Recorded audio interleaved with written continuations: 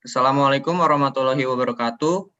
Kami akan mempresentasikan proposal praktikum mata kuliah dasar penyuluhan dengan judul Pemberdayaan Peternakan melalui pemanfaatan limbah kelapa sawit secara fermentasi sebagai alternatif bahan pakan ternak di Desa Sungai Lilin Jaya, Kecamatan Sungai Lilin, Kabupaten Musi Banyuasin. Kami dari kelompok E6 dan berasal dari kelas E. Anggota saya akan menjelaskan. Perkenalkan, nama saya Muhammad Kholis.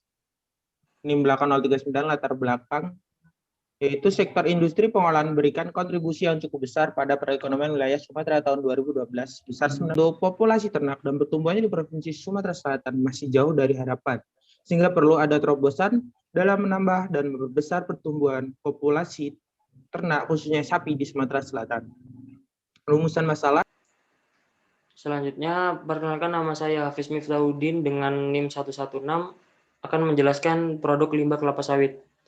Menurut HAK 2018, pelepah kelapa sawit merupakan limbah dari perkebunan kelapa sawit yang biasanya akan menjadi sampah ketika memanennya.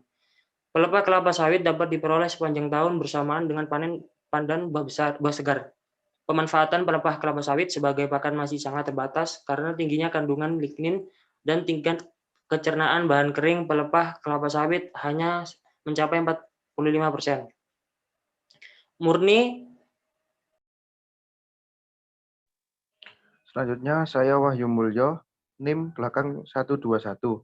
Di sini saya menjelaskan tentang cara membuat silase fermentasi kelapa sawit. Pertama, sortir daun kelapa sawit dan dipisah dari pelepah dan dari lidi lalu dianginkan selama 1 hari. Yang kedua, timbang daun yang sudah dianginkan selama 1 hari sesuai dengan kebutuhan. Yang ketiga, timbang dedak ataupun molasses apapun yang tersedia di desa. Untuk 20 kg daun kelapa sawit dibutuhkan 2 kg dedak atau 5-10% dari sumber berat bahan baku silase. Yang keempat, timbang ragi tempe sebanyak 0,4 kg atau 14 gram atau 400 gram. Yang kelima, setelah bahan kering ditimbangkan atau diinjak-injak agar tidak ada ruang untuk oksigen. Yang kedelapan, dipadatkan sepadat mungkin daun kelapa sawit tadi di dalam drum tersebut dengan cara ditekan dan diinjak sehingga tidak ada ruang untuk oksigen. Yang kesembilan, setelah 10, pemadatan atau penekanan perlu dilakukan untuk meningkatkan isi silase. Yang ke-11, ditutup dan ditekan agar udara yang ada di dalam keluar lalu ikat plastik tersebut agar tidak ada udara yang masuk. Yang ke-12, setelah ditutup, di atas tutup drum diberi bebar agar mendapat atau 21 hari dapat dibuka untuk diberikan kepada ternak. Bila tidak, jangan dibuka dan simpan dalam kondisi tertutup.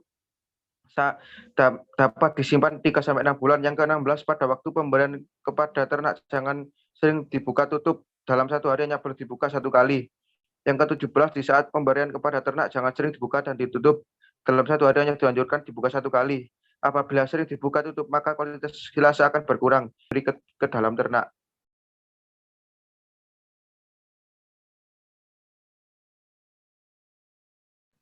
Selanjutnya, perkenalkan, nama saya Diko Brian Ferrari, NIM 125. Di sini saya akan menjelaskan tentang potensi limbah sawit. Sumatera Selatan merupakan salah satu wilayah di Indonesia yang memiliki potensi sumber daya yang cukup besar untuk pengembangan usaha peternakan dalam rangka pemenuhan pangan asal ternak. Perlu adanya langkah-langkah peningkatan penyediaan pakan dan nilai nutrien sumber bahan pakan baru atau alternatif melalui integrasi dan diversifikasi lahan pertanian, termasuk perkebunan kelapa. Nama saya Muhammad Ganeska Maulana dengan NIM 133. Saya akan menjelaskan tentang problem yang dihadapi. Pranata 2019 menyatakan bahwa salah satu akibat kegagalan tercapainya swasembada daging sapi nasional adalah adanya ketergantungan pada komponen impor bahan pakan, penyusun ransum yang semakin mahal, dan ketersediaan jumlah pakan lokal yang terbatas, serta tidak berkelanjutan. Masalah utamanya, rendahnya produktivitas sapi potong adalah sulitnya menyediakan pakan yang berkesinambungan baik secara kualitas maupun kuantitasnya, menurut Rizal 2018. Mungkin sekian dari kelompok kami, kurang lebihnya mohon maaf. Wassalamualaikum warahmatullahi wabarakatuh.